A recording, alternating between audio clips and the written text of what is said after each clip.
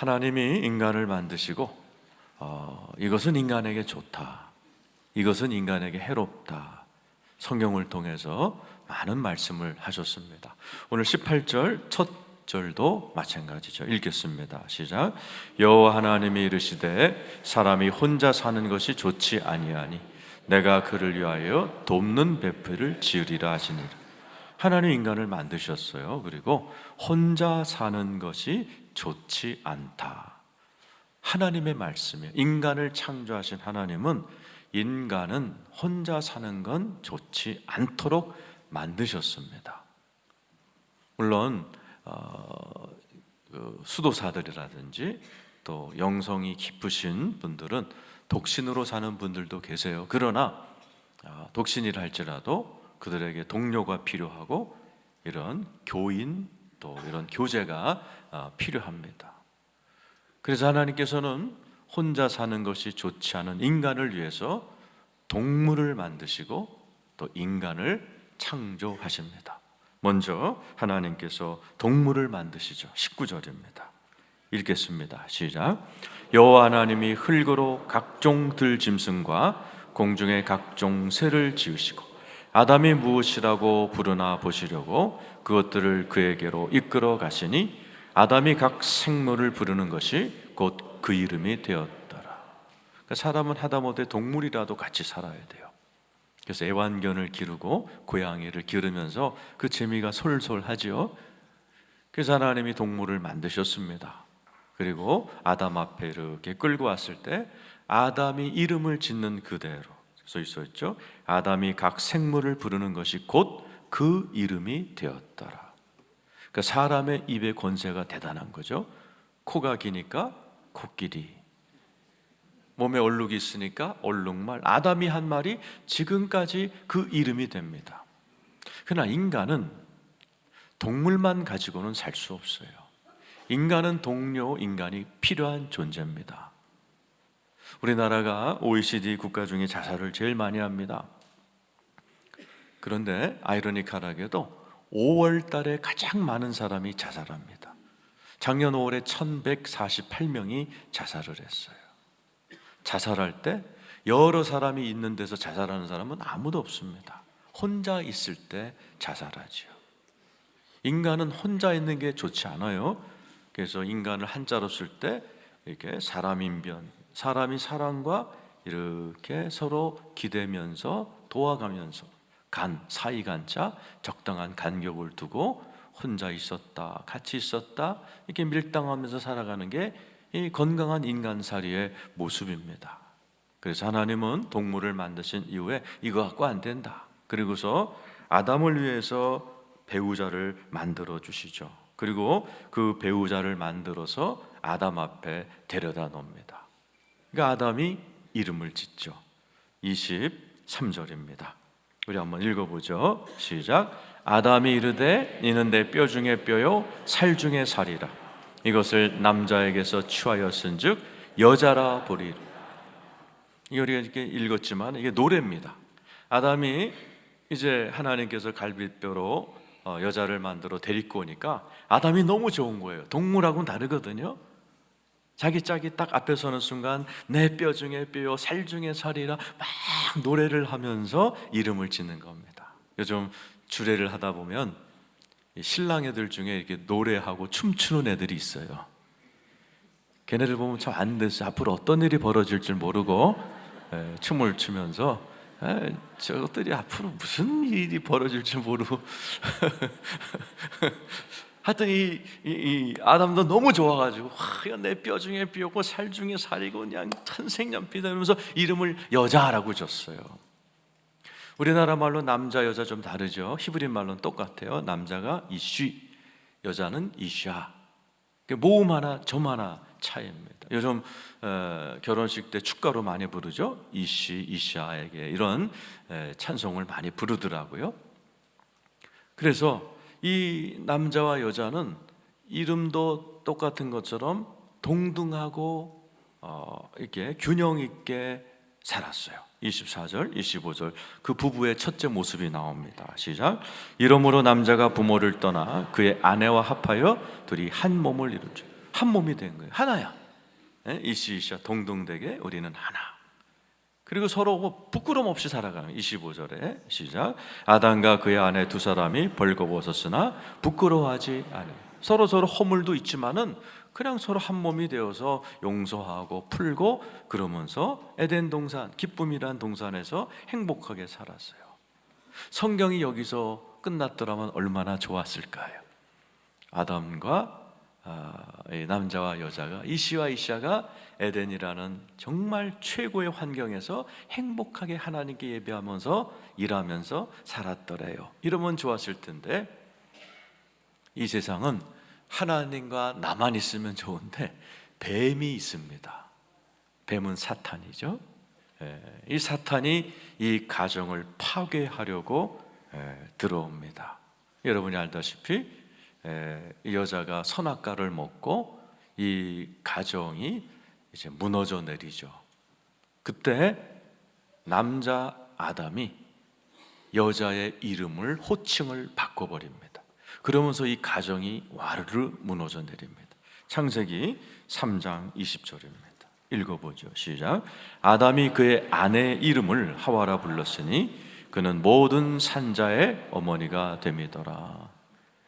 좀 전에는 이샤 여자라고 불렀던 그가, 이 여자가 그냥 선악과를 뱀에게 속아서 자기도 먹이고 에덴에서 쫓겨나는 신세가 됐을 때 아담의 입에서 홧김에 하와라고 불러버립니다. 이샤를 지워버리고, 하와라는 말은 무슨 뜻이에요? 생명이란 뜻이고, 거기 보면 어머니란 뜻이죠. 이건 뭐냐? 아이를 낳는 존재란 뜻이에요. 이때부터 여자는 전 세계에서 남전여비 지위가 내려갑니다. 동양이든 서양이든 여자들은 결혼과 함께 이름이 없어져요. 여러분은 어떠세요? 남편이 여러분의 이름을, 처녀 시절의 이름을 친절히 불러주는 행운아도 있지만 대부분 누구 엄마 이렇게 부릅니다. 애기 엄마 이렇게 부릅니다. 그리고 나이 지긋한 여자분을 부를 때 사람들은 아주머니 이렇게 불러요. 아주머니가 무슨 뜻이에요? 아기 주머니란 뜻이에요. 이때부터 전 세계는 남전여비의 그런 자리로, 여러분 우리나라에서 제일 많은 여자 이름이 뭔지 아세요? 명자, 순자, 정자입니다. 그 자자는 아들 자자예요. 딸을 낳는데 다음에는 아들 낳기를 원해서 이름에다가 명자, 다음은 아들이다. 정자, 이번엔 딸이지만 다음엔 하나 달고 나와라. 전 세계가 남전여비의 사상으로 들어갔어요. 그래서 뭐 젠틀맨의 나라 영국, 거기도요, 남자들이 살다가 부인이 실증 나면은 개목걸이 같은 거를 끌고 가서 시장에다 팔았어요. 기독교가 들어가서 젠틀맨의 나라가 된 겁니다. 여러분, 하와라는 히브리 말이 영어로는 이브예요. 이브는 어디서 많이 나오죠? 성인 영화에서 많이 나와요. 내가 봤다는 뜻이 아니고 이브라는 말은 야한 영화에 나온 성놀이개를 연상하는 이름으로 바뀌어서 성폭력, 성추행의 피해자는 남자가 아니에요. 대부분이 여자입니다. 남자가 여자의 이름의 호칭을 바꿨을 뿐인데 그 여자의 운명이 바뀌어버리고 가정이 해체되고 인간은 무너져 내리면서, 이때부터 사람들은 사람들끼리 이름을 막 부릅니다. 사람이 사람을 불러야 되는데 사람한테 동물 이름을 부르면 욕해요. 뭐 개 XX. 우리나라는 개를 쓰고 미국 사람들은 S, 나귀를 씁니다. 그래서 나귀 뭐뭐 이러면은 이제 저쪽에서 총 쏘는 거죠. 사람들은 이때부터 이름이라는 것으로 낙인을 찍으며 삽니다. 더불어 살라고 그랬는데 막 서로 원수 맺고 저주하면서 살아가요. 여러분 살아가면서도 아마 지금까지 살아오면서 저 사람은 나쁜 놈, 저건 바보, 저건 내 원수, 이렇게 낙인을 찍으며 살아가는 분이 있을지 몰라. 그 낙인 찍는다는 게 무서운 겁니다. 여러분 입에 권세가 있기 때문에 여러분의 삶에 그것 때문에 묶임이 일어나고 막힘이 일어나는 경우가 많이 있어요. 제가 시카고에서 부흥회를 했을 때 마지막 날 시카고 관광을 이렇게 했습니다. 담임 목사님 부부와 다른 목사님 부부가 동승을 하셨어요. 그리고 식사를 하는 자리에서 같이 동승했던 목사님 부부가 이런 얘기를 하셨어요. 자기 부부도 이번에 부흥회를 참여해서 큰 은혜를 받았습니다. 근데 저희들도 지금은 이 교회에 출석만 하고 있습니다. 옛날에 저희들도 목회를 따로 담임 목회를 했었습니다. 그런데 우리끼리 싸울 때, 부부 싸움할 때 이번에 부흥회 때 깨달았다는, 왜 자기들이 자기 목회를 못하고 남의 교회 뒷자리에 앉아서 이 나이가 이렇게 먹어버렸는지. 화가 나서 둘이 싸울 때는 목사님은 사모님을 향해서 죄송합니다 욕을 써가면서 난 너 같은 년하고는 목회 못해 이렇게 소리를 지르고, 사모님은 목사님을 향하여 난 당신 같은 사람의 설교는 죽어도 안 들어. 그러니까 서로가 서로를 향하여 막 저주를 해댄 거죠. 여러분, 그런데 목회자이고 사모인 그런 사람들의 입에서 나간 말에는 힘이 있고 어떤 영향이 있어요. 그것이 그들의 삶을 다 막아버리고 묶여버린 겁니다. 오늘 이 자리에 계신 여러분들 가운데도 무심코 내뱉은 말 한마디, 무심코 내뱉고 여러분의 가족, 자녀들을 향하여 끊임없이 여러분이 속으로든 입으로든 마음으로든 낙인을 찍어가면서 여러분의 자녀를 향해 저는 바보 같은 놈이야, 저는 태어나지 말았어야 돼, 남편을 향하여 난 잘못 결혼한 것 같아, 이런 것으로 낙인을 찍고 가고 있다면 그것이 무언가 영적인 묶임이 있다는 것을 아셔야 됩니다. 그래서 오신 분이 예수 그리스도십니다. 예수가 이 땅에 오셔서 포로된 것을 자유케 하고 묶인 것을 풀어주려고 이 땅에 오셨어요. 그래서 예수님이 제일 먼저 한 게 뭐예요? 이름부터 바꿔버리셨어요. 요한복음 1장 42절입니다. 읽어보죠. 시작. 데리고 예수께로 오니 예수께서 보시고 이르시되 네가 요한의 아들 시몬이니 장차 게바라 하리. 게바는 번역하면 베드로라. 이스라엘은 자녀를 낳으면 아버지 이름을 갖다 붙이는 게 습관이었어요. 요한의 아들 시몬, 이새의 아들 다윗. 그것은 뭐냐? 일종의 묶임입니다. 아버지 요한이 벤노민이 어부니 너는 날 때부터 어부다라는 거죠.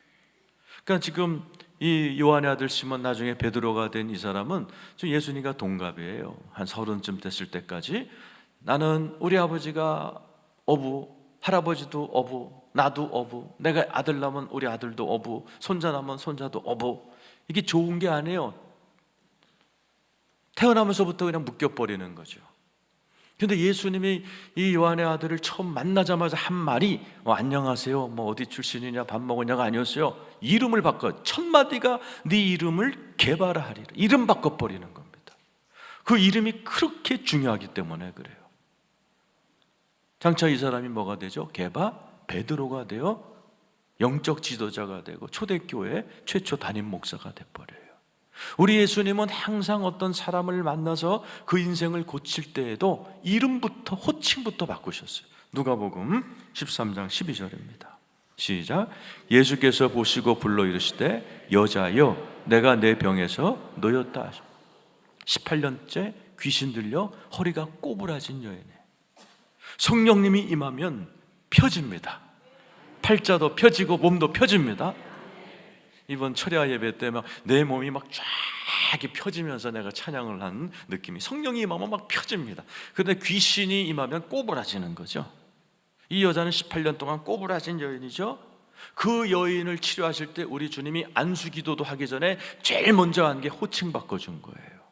여태까지는 귀신 들린 여자, 부정탄 여자, 꼬부란쟁이, 꼽추 이렇게 불렸을 여자를 향하여 예수님이 첫 마디가 뭐예요? 여자여. 이게 헬라어로 귀네라는 뜻이에요. 이게 뭐예요? 귀부인이여 라는 뜻이에요. 너는 귀한 존재야. 하나님이 창조한 귀한 여인. 넌 꼽추가 아니야. 넌 꼬부랑쟁이가 아니야. 넌 귀신 들린 부정탄 인간이 아니야. 너는 귀부인이야. 그리고 이 여자에게 치료하셨, 이 여자가 쫙 펴지면서 인생도 쫙 펴지는 역사가 일어난 겁니다. 우리 예수님이 여러분에게 새 이름을 주신 줄로 믿습니다. 여러분 하나님의 자녀가 된 거 믿으시면 아멘. 여러분 하늘나라의 상속자가 되신 것도 믿으시길 축원합니다. 영원히 왕노릇할 존재인 거 믿으시길 축원합니다. 옆에 분의 축복, 당신은 새로운 피조물이 되셨습니다. 한번 하시기 바라요. 예수를 믿으면 계속 새 이름을 걷게 됩니다. 예수 믿으시는 여러분은 전부 다 성도라는 직분을 받으신 분들이에요. 좀 지나면 집사가 되고 장로가 되고 권사가 되고 무슨 교사 선생님이 되고 성가대원이 되고 하나님의 일꾼 소리 듣는 계속되는 새로운 이름과 새로운 하나님의 축복이 있을 줄로 믿습니다. 그리고 주님은 무늬만 새 이름을 주는 게 아니라 새 이름에 걸맞는 삶을 살라고 그 이름 값을 할 수 있는 하나님의 능력, 성령도 부어주신 줄로 믿습니다. 제자들이 두려워 떨고 있을 때 제자라는 이름은 받았어요. 그러나 두려워 떨고 있는 거예요. 그때 주님이 오셔서 숨을 내쉬며 가라사대 성령을 받아라. 성령을 받으니까 요한의 아들 시몬 뱃놈이었던 그가 이렇게 변해버리. 사도행전 4장 13절 읽어보시죠. 시작. 그들이 베드로와 요한이 담대하게 말함을 보고 그들을 본래 학문 없는 범인으로 알았다가 이상히 여기며 또 전에 예수와 함께 있던 줄도 알아. 뱃놈 출신의 무식한 학문이 없는 어부 베드로가 성령을 받아서 설교를 하는데 사람들이 놀라는 거예요. 본래 학문이 없는데, 제 스펙이 없는데, 학교도 안 나왔는데 어떻게 저렇게 성경을 쫙 설명을 하지? 막 놀라면서 막 3,000명씩 5,000명씩 그 앞에 거꾸러지면서 예수께로 돌아오면서 한 말이에요. 담대하게 어떤 핍박이 와도 당당하게 그들 앞에서 말씀을 전하고 이 초대교회를 이끌어갔던 베드로가 탄생하게 된 것이 하나님이 새 이름을 주셨고 새 이름 값을 할 수 있도록 새 영, 성령을 부어주신 줄로 믿습니다. 이 자리에 계신 여러분들 향하여 주님이 새로운 피조물이 된 여러분에게 새로운 이름도 주실 뿐만 아니라 새로운 능력을 부어주실 줄로 믿습니다. 그래서 저와 여러분들도 새 이름을 부르면서 살아가야 돼요. 특별히 자기 자신을 향하여. 여러분 자기 자신을 굉장히 비하하는 분들 의외로 많습니다. 그런 연구 자료 같은 걸 보면요, 아침에 일어나서 자기 얼굴을 자기가 똑바로 못 보는 사람이 많다고 그래요. 또 자기 자신을 안 좋아하는 사람도 많다는 거예요. 자기 자신을 부정적인 말로 불러가면서 살아가는 분도 많아요. 그런가 하면 자기 배우자들도 부정적으로 부르는 분이 많대요. 새롭게 부르시기를 축원합니다. 어느 마을에 남편이 쩔뚝발이었던 분이 계셨대요. 그러니까 이 부인이 마트를 가고 뭐 시장을 갈 때마다 자기 남편 얘기 나오면 아유 우리 남편 병신이에요. 쩔뚝발이에요. 우리 남편 병신이에요. 조금 지니까 온 동네 사람들이 이 부인을 뭐라고 불렀게요? 병신 마누라 부른 거예요. 이 부인이 충격을 받아서 이사를 간 거예요. 거기 가서는 바꾼 거예요. 우리 남편은 박사예요. 대학원은 나오지 않았지만 책을 많이 읽어서 아는 게 많아요. 어디 가나 우리 남편 박사예요. 그랬더니 조금 있다가 동네 사람들이 뭐라고 불렀게요? 박사 사모님이라고 부른 거예요. 저도 이번에 이 말씀을 준비를 하면서 제가 이렇게 생각을 했어요. 제가 월요일 날 이 말씀을 읽고 되게 은혜 받았어요. 성경을 읽다가 그래, 내가 이제 나도 우리 아내와 아이들도 우리 교인들도 모든 내 주변 사람들을 새롭게 부르면서 살아야 되겠다. 그런 마음을 갖고 제가 설교를 준비하는 노트에다가 나 이렇게 썼어요. 나를 내가 어떻게 부르며 축복하며 살까 하고 나라고 딱 이름을 쓰는 순간에 카톡 이렇게 왔어요. 그래갖고 제가 잘 안 열어보는데 설교를 준비할 때는 열어봤어요. 그랬더니 여의도 순복음교회에서 큰 단체를 맡고 계신 장이셨던 권사님이 저에게 카톡을 보낸 거예요. 1년 만에 보내셨어요. 여러분, 너무나 놀랍게 그분이 제 이름을 가지고 삼행시를 보내신 거예요. 이건호. 궁금하세요? 여러분, 알기 원하세요? 그러면 알기 원하면 가르쳐드리고 별 관심 없으면 건너뛰려고 그럽니다. 이렇게 썼어요. 이 시대의 영성으로 세상을 바꾸실 최고의 목사. 건강한 영적 전사를 기르는 목사. 호남의 미소로 소박하게 사시는 목사, 대구를 살리소서. 이렇게 써놨어요. 뭐 박수까지 치고 그래. 그러나 저는 소름이 끼쳤어요. 진짜 소름이 끼쳐서 우리 딸한테 전화했어요. 야, 이 카톡 며칠 있으면 지워지는데 영원 보관하려면 어떡하냐? 그랬더니 이제 뭐 누르라고 그래갖고 지금 영원히 보관해 놨어요. 제가 이번 일주일 동안요 매일 쳐다봤어요. 야, 이게 막 소름이 끼치더라니까요. 어떻게 내가 나라는 단어를 하나 딱 쓰자마자 이게 날라올 수 있을까? 저는 하나님이 저에게 주셨다고 믿습니다. 그날 저녁에 우리 딸하고 가족끼리 가정 예배를 드리면서 우리 딸에게 내가 네 이름을 왜 은혜로 줬는지 아느냐? 로마서 5장을 가지고 내가 줬다. 쭉 설명을 해주면서 이름에 대한 소중함을 제가 가정 예배 때 가르쳐 줬어요. 여러분, 이 자리에 계신 모든 사랑하는 성도님들이 여러분의 가족들을 향하여 새 이름을 부르며 살아가길 축원합니다. 교인들도 마찬가지죠. 서로 낙인 찍지 말고 저 사람은 좋은 사람이야, 저 사람은 나쁜 사람이야. 낙인 찍으면 안 돼요. 새로운 이름으로 축복하며 사시길 축원합니다. 직장에서도 마찬가지죠. 여러분의 상사를 꼰대니 뭐니 그러면 안 돼요. 축복하면서 저분 때문에 내가 월급 받지, 이렇게 좋은 의미로 사셔야 돼요. 여러분, 환경도 마찬가지입니다. 여러분의 집을 비하하면 안 돼요. 너왜 짓고서 콩가루 집안, 그러면 믿음대로 콩가루 집안 됩니다. 여러분, 우리가 살아가는 대구를 절대로 데프리카라고 부르면 안 돼요. 이 대구가 어떤 도시인데 아프리카랑 비교합니까? 타잔이 빤스 타고 돌아다니는 그 아프리카랑 이 대구랑은 격이 안 맞아요. 대구는 데프리카가 아닙니다. 선교사님들이 지어준 명예스러운 이름이 있어요. 제2의 예루살렘입니다. 이 자리에 계신 우리 대구에 사는 크리스찬들이 제2의 예루살렘이라고 계속해서 부르고 또 믿고 선포할 때 이 대구 땅은 동양의 성지가 될 줄로 믿습니다. 수많은 아시아의 크리스찬들이 대구로 몰려와서 교회를 탐방하고 이 자리에 대구 땅에 임재하신 하나님의 역사를 바라보며 하나님께 영광 돌리는 도시가 될 줄로 믿습니다. 대한민국을 절대로 헬조선이라고 부르면 안 돼요. 너무나 많은 사람들이 헬조선, 헬이 뭐예요? 지옥이란 뜻이죠.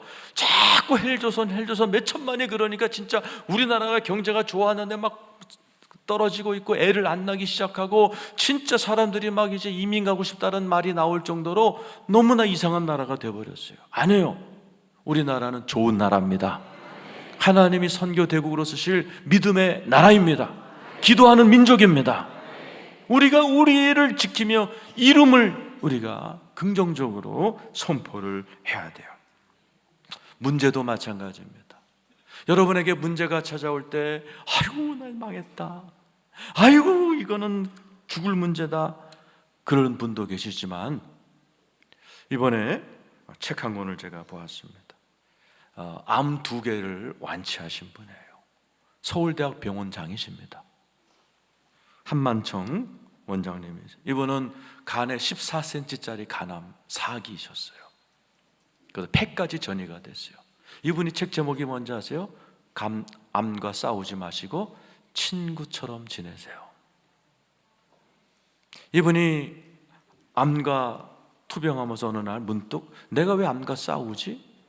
암과 한번 친해져 봐야 되겠다. 간암이 걸리니까 이제 구토가 나잖아요. 그래서 막 음식이 먹고 싫을 때면 그랬대요.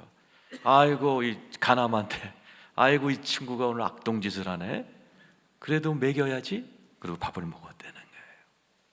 그러면서 이분께서 암과 그렇게 잘해서 그 마지막에 뭐라고 되어 있냐면 난 암과 친구가 되어서 지내다가 완치가 되어 돌려보냈습니다. 보세요. 똑같은 문제지만 어떤 분은 암이란 판정과 함께 절도해버리는 분이 계신가 하면 이분이 그렇게 했었어요. 암 걸렸다고 절대로 일상생활 포기하지 마세요. 나는 계속 근무했습니다. 14cm짜리 암 사기 판정을 받고 폐 전이가 됐어도 나 출근했습니다. 일상생활을 멈추면 왜 산에 갑니까? 왜 솔잎을 먹습니까? 암과 친해지고 일상과 친해지다 보면 언젠가 그놈이 돌아갑니다. 집으로. 똑같은 문제라도 그 이름을 친구라고 부르면서 승리하는 분이 계시단 말이에요. 이 자리에 계신 여러분, 어떤 문제가 왔다 할지라도 여러분 그 이름을 잘 붙여야 돼요. 그분은 그 암이 나의 선물이었다라고 책을 쓰셨더라고요. 그걸 통해서 인생을 깊이 알게 되고 가족과 가까워지는 암은 오히려 나에게 선물이었고 친구였고 축복이었다. 오늘 이렇게 살아간다면 여러분 무서울 게 없고 두려울 게 없을 줄로 믿습니다. 여러분 새 이름으로 살기를 축원합니다. 여러분의 모든 가족들, 주변 사람들, 환경 문제마저도 암덩어리마저도 긍정적인 이름으로 불러가면서 승리하는 여러분 되기를 축원합니다. 그런데 아담에게 접근해서 그 아담의 입술을 통해서 여자를 하와라고 이름을 지면서 가정을 파괴시킨 이 사탄은 여전히 여러분 주변을 맴돌면서 여러분의 삶을 또한 무너뜨리려고 계속 노력할 거예요. 그때 여러분 하나님께서 여러분에게 주신 선물이 있어요. 그게 뭐냐? 이름입니다. 무슨 이름? 만물 위에 뛰어난 이름 예수 그리스도입니다. 마가복음 16장 17절입니다. 읽어보시죠. 시작.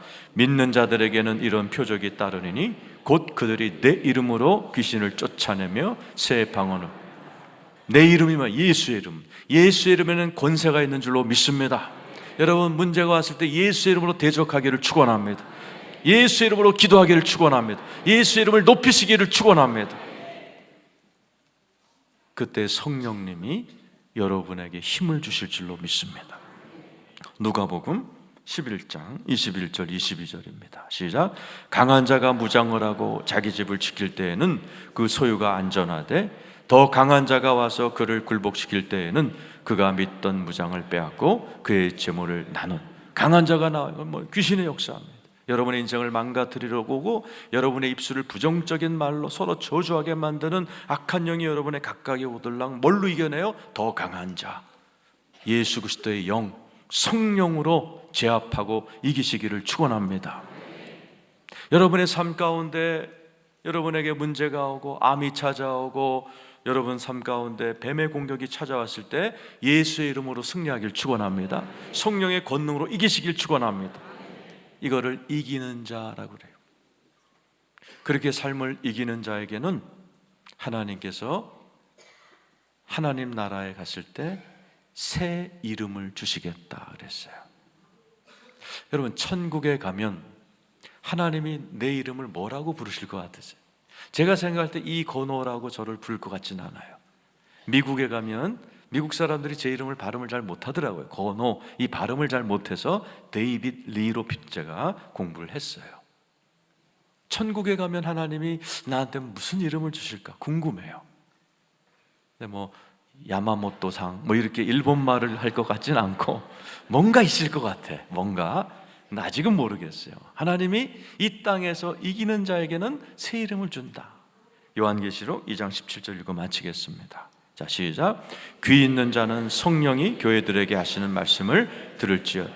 이기는 그에게는 내가 감추었던 만나를 주고 또 흰 돌을 줄 터인데 그 돌 위에 새 이름을 기록한 것이 있나니 받는 자밖에는 그 이름을 알 사람이 없는. 이기는 자. 제가 설명했죠? 문제가 와도 그 문제를 새로운 이름으로 부르고, 그게 암이라 할지라도 친구처럼 부르면서 잘 달랬다가 돌려보낼 줄 아는 그런 성령님의 지혜로 살아가는 자가 이기는 자고, 그 이기는 자는 하나님이 새 이름을 주신다라네. 여기 보면, 앞에 보면 흰 돌을 준다 그랬어요. 이건 이제 버가모라는 도시의 문화를 알아야 돼요. 이 당시에 재판이 많았습니다. 오늘날처럼 재판 때 재판관이 땅땅땅 두들기면서 원고가 이겼습니다 또는 피고가 이겼습니다 그렇게 하지 않고, 이 당시에는 재판이 끝나면 두 사람을 나오게 해서 이긴 사람에게는 흰 돌, 진 사람에게는 까만 돌을 줬다 그래요. 이긴 자에게 믿음으로 이기고 성령의 지혜로 이긴 자에게 흰 돌을 준다, 승리케 하신다는 말입니다. 근데 그 흰 돌에는 뭐가 있다고요? 새 이름을 새겨준다는 거죠. 이 당시에 아주 중요한 파티나 결혼식 같은 잔치가 있을 때에는 아주 각별한 친구, 가족 같은 사람들만 그 초대장이 이 흰 돌이에요. 그 흰 돌에는 이름을 새겨서 줍니다. 이 말은 뭐죠? 너는 나에게 특별한 존재야. 우리 집안에 잔치가 있으니 너는 꼭 와 하는 초대장과 같은 것이에요. 하나님께서 천국으로 우리를 초대할 때 이 땅에서 예수의 이름을 꾹 붙들고, 아무리 어려워도 예수의 이름 붙들고 성령의 능력으로 끝까지 버티는 자에게 우리 주님 흰 돌을 주시고 거기에 새 이름을 주실 줄로 믿습니다. 너는 이 땅에서 끝까지 예수를 붙들었구나, 끝까지 예수의 이름으로 승리했구나, 끝까지 성령님을 의지했구나, 너는 내 천국 잔치에 들어올 자격이 된다. 오늘 아무리 어려운 일이 있다 할지라도 나와서 예배드리는 모든 여러분들에게 바로 여러분들이 이기는 자입니다. 아무리 어려워도 여러분 예수의 이름 붙들고 승리하시길 축원합니다. 성령의 권능으로 이기기를 축원합니다. 그때 저와 여러분은 천국에서 새 이름을 주님께서 주시면서 영원토록 새로운 신분인 왕노릇하며 하늘나라의 상속자로 왕과 같은 제사장으로 영원히 주님과 함께 다스리는 존귀한 존재가 될 줄로 믿습니다.